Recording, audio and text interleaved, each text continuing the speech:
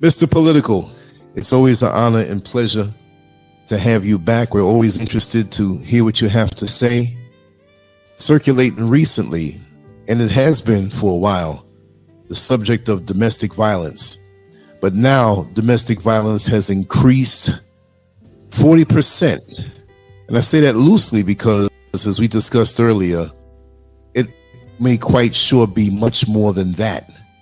Now, the twist of this topic is that many feminists don't want this information to get out there.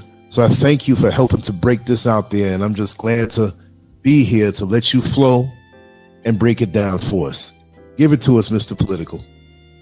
Yes, thank you so very much, and good morning to you and all of America and across the globe, and those who are at sea and in foreign lands. This is your boy, Mr. Political, giving his views, and Lance always gives me a soapbox to stand upon on critical issues that affect our whole community, our whole race, and even our brothers from another mother. Now, some time ago, in the last 2 days, there was a short but not sweet report that came across the ABC, NBC, NCC, or whatever that media may be. But domestic violence in America is live and aware. But the one thing that the feminists do not speak about, and I earmark them as the number ones who do not want to speak about it, is domestic violence toward men. It's up 40%.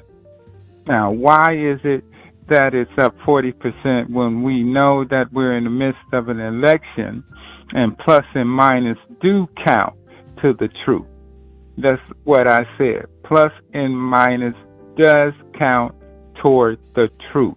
And the truth is that within the last 2 decades in America, with the enabling of the court system, with the enabling of social services, that men are getting their ass whipped in the streets. They're getting their ass handed to them within the court. They're getting their ass handed to them in front of their sons.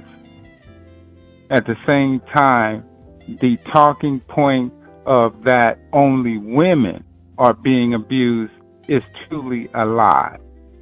All right? Men are being abused in record numbers within our country and in Canada, and very similarly overseas. Our women are becoming violent, evil creatures. They're becoming insensitive human beings, if we could use that term, because a human being would have empathy toward their fellow creature. But within this country, we overlook it to empower, that's what I said, to empower a certain gender, that it is okay to kill a man if you claim that you were getting your ass whooped for no reason. No one gets beat for no reason. No one is ignorant to believe that only one gender will abuse. Abuse comes in many forms. Abuse is something that happens to anyone regardless of the gender. And now the women of America have picked up the torch, standing at the gallows through the courts, using their children as pawns to hide their evil nature. This is not something that just occurred because the feminists woke up in the 70s. This is something that did not just occur because of empowerment of women through the 19th Amendment, which we will put within the halls of Congress and within the archives of our history within our country. The 19th Amendment allowed women to have the right to vote. It did not allow women to have the right to be abusive and to use abuse as justification for murder. I live, yes, I am not ashamed to say it, I live in the state of Florida. And within the state of Florida, we're wrestling with the fact that a woman in a major case is allowed to use justification of murder, abuse, domestic violence as justification in defense for her not going to jail. Each and every day, our young men are faced with the fact that we are told not to put your hands on a woman, that each and every father within our country stands fast in, if you put your hands on my daughter, I will put you in the ground. I will do physical violence to you. But what about the mother who watches each and every day her son who makes the catastrophic decision to marry, that he is abused? He is being abused through his finances. He is being abused through the fact that monogamy should be the meal that is served, but it is served cold when she closes her legs. It is served cold when she decides to use her love, her pleasure as a tool to obtain what she wants and to maintain control. There is no difference than using your poon-nanny and him using his money. This is something that occurs every day. When you see a man who is delegated to less than an eighth of a citizen because he has meat between his legs, and she is elevated because she bleeds every 28 days. This is sad. When the court system says, well, if you come in and you make an allegation, and that is clear, because if there is not documentation by law enforcement, if there is not documentation by a feminist organization which is used to justify murder, abuse, humiliation, that is the correct way to pronounce that word, humiliation, to use the fact that monogamy should be used as a tool of control. Monogamy is not a tool to control an individual. Monogamy is not justification to sit and say, well, if you go somewhere else because I use it as a brokering tool, to use what is between your legs as a tool to control another individual. This is not fabricated. This is not a fantasy. This is something that occurs each and every day. May you go into a stable relationship, if that's what you call putting your hands on him, but you don't want nobody to hit you. But you tell your daughters it's okay to hit this man and that he should take it. Then you, as the individual who shares a gender with other abusive women, as they coach you, as they teach you through the court system to be abusive, to use your sex, your love, the commitment of marriage as justification for being abusive. Just like any other human being, I don't want you to hit me. My mama said, my daddy said, and your neighbors and brethren, or even your sister, uses the justification, well, it's all right. He should accept that abuse. He is less than a man if you do not allow her to blacken your eye, to use your finances, to abuse your children, and to delegate their father to less than a human being. Some say that this is not a topic that is worthy to speak upon. This is something that goes back to biblical times as justification that she has a right because she has breasts and a uterus to abuse an individual, that it's okay.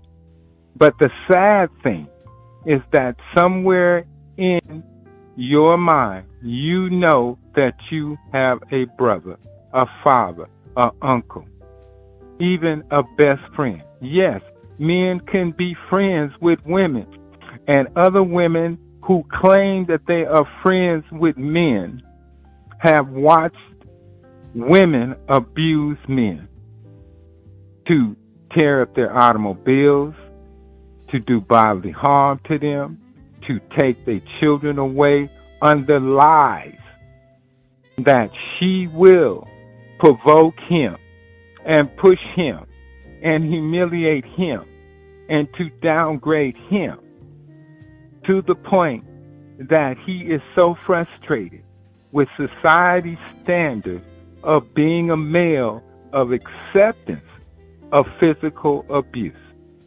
This is not right. There is no justification. This is not right. There is no need to be abusive to get your way. There is no need to be abusive to show that you have control of your man, to put your hands on him and not expect him to reach out to you in violence. And then when this violence occurs, you claim that you are the frail party. You provoke this violence. You ask for this violence. But you do not want to be equal.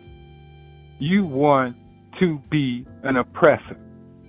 You want to maintain control, and you want him as the individual who loves you, who cares for you, who wants to respect your gender. But you will use this as a tool of control, that you will physically abuse him and then lie about it, provoke him and lie that you provoked him. And after you provoked him, you will use the justification that I am the frailer sex as justification for your lies. This is not right. I can express it in multiple words, in multiple ways. I can even downgrade you and even speak about the blessing that you received from Christ in the 28 months. Hear what I'm saying? That you would use those 28 days as justification for your physical abuse. That you will use the fact of the struggles of others as justification for your violence. That you will hide behind your slip and your skirt instead of claiming what you have already claimed as your right to be equal. It is your right to suffer the slings and arrows of your transgression and your violence upon him, and then tell him he is less than a man if he seeks counseling, if he seeks support, if he seeks help. I understand that you have been enabled by the feminist movement. I understand that you feel that if you do not go in court in the midst of separation, that you will not make false claims of abuse, that you will use these tactics right along with child molestation, that he won't let you do this, he does not respect you, and then hide the fact that over 40% of American women are out there committing heinous crimes. As we view this case, and this woman will go to jail.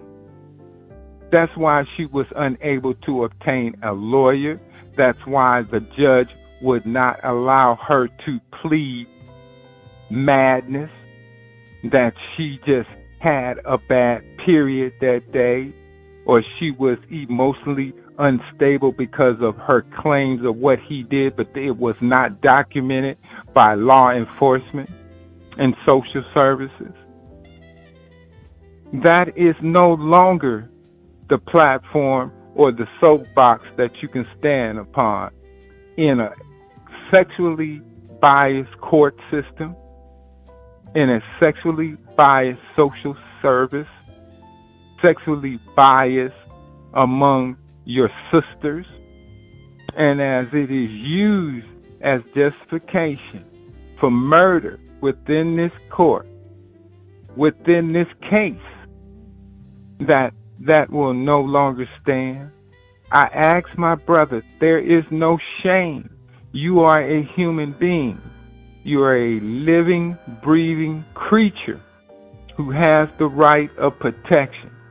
That if you hit her back because she hit you, only a person who would hit you and then claim the frailer sex as justification for not being hit back.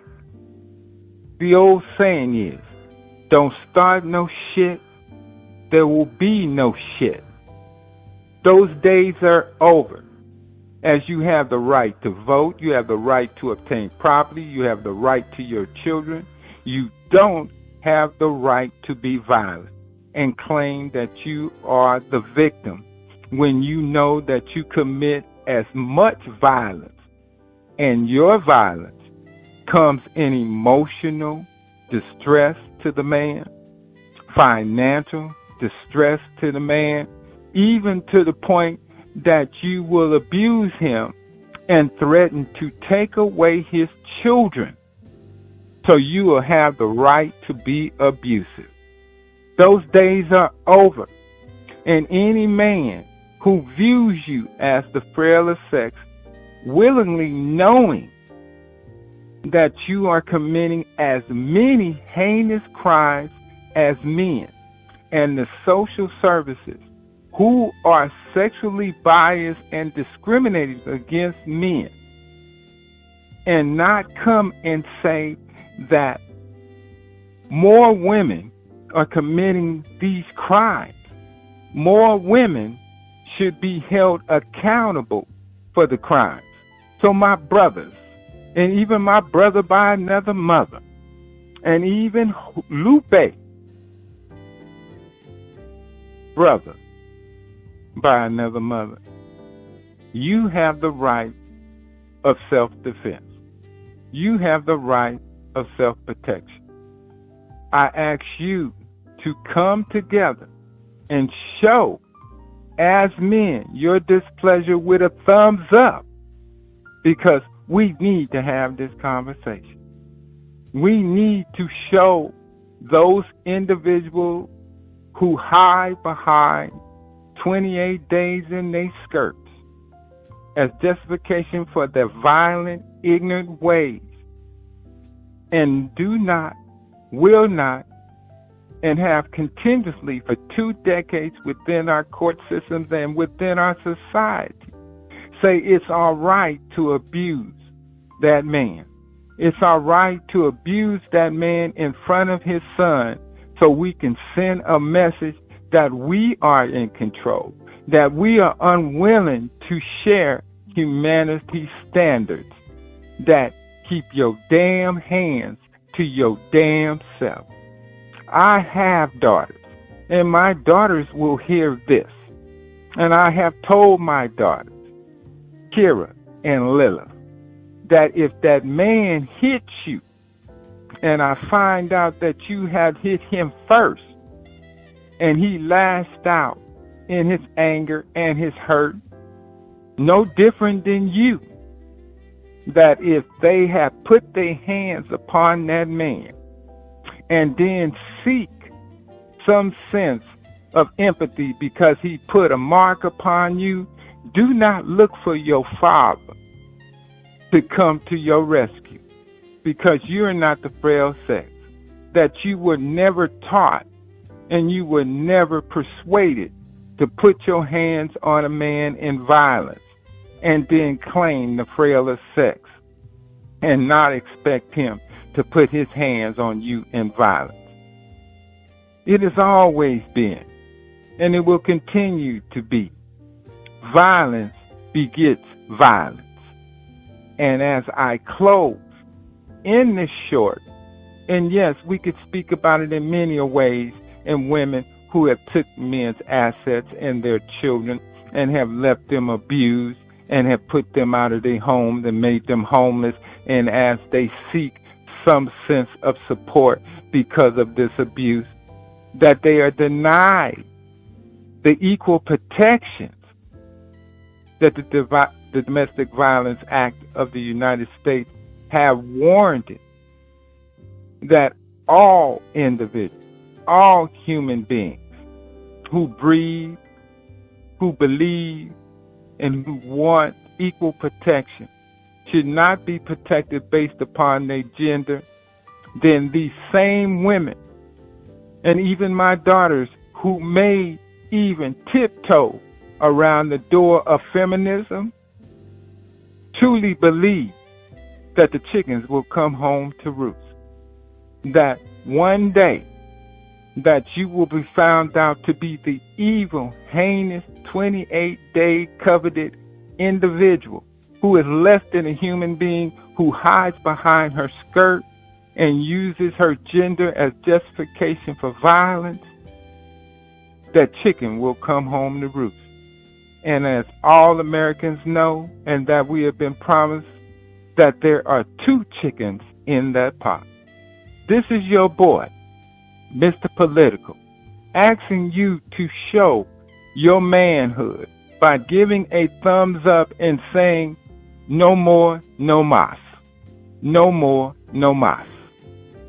And for all those who are not bilingual, that means no more. That this will stop. That those social agencies which your taxpayers' dollars go to support will recognize their failures, will recognize their shortcomings, and will recognize that maybe feminists are violent too.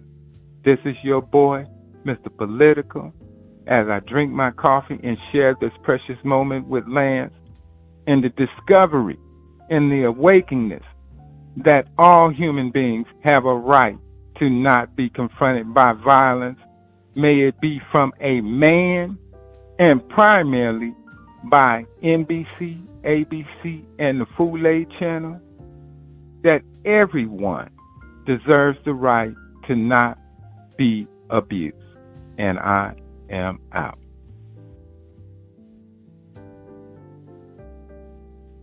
LANCESCURV.com. Bold, raw, and uncut.